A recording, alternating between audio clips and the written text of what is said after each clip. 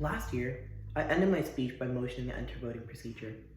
Having that pass was an entrance ticket to a roller coaster of opportunities which gave me a new perspective on how to be a true leader. And now, we're back. And I want to take these 2 minutes to say these two things. One, thank you.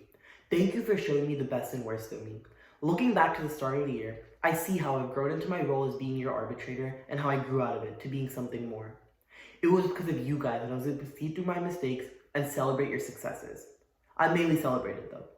On a serious note, whether you're a novice who was frantically panicking in your first mock, or a sophomore who stepped your foot into your first specialized in crisis committee, or a junior who probably isn't listening to the speech right now, thank you all for pushing me to my limits and making me capable of handling logistical issues on the spot, whether that was running into your committee to talk to your chair, or running like a madman from room to room to make sure every technical committee was good. 2. Why me? What's an election speech without me tooting my own horn? This is the first time in 3 years that we've had a traditional month season, all the way from the Novice Barbecue to Ilmung to J-Day Sponge Wars, which I'm already responsible for planning. Being said, I've seen the behind the scenes of this year, which gives me the best insight on what needs to be done and when. This goes from registering for conferences, to communicating with sponsors, to making sure you guys get the information out without being rushed to make a decision or do prep.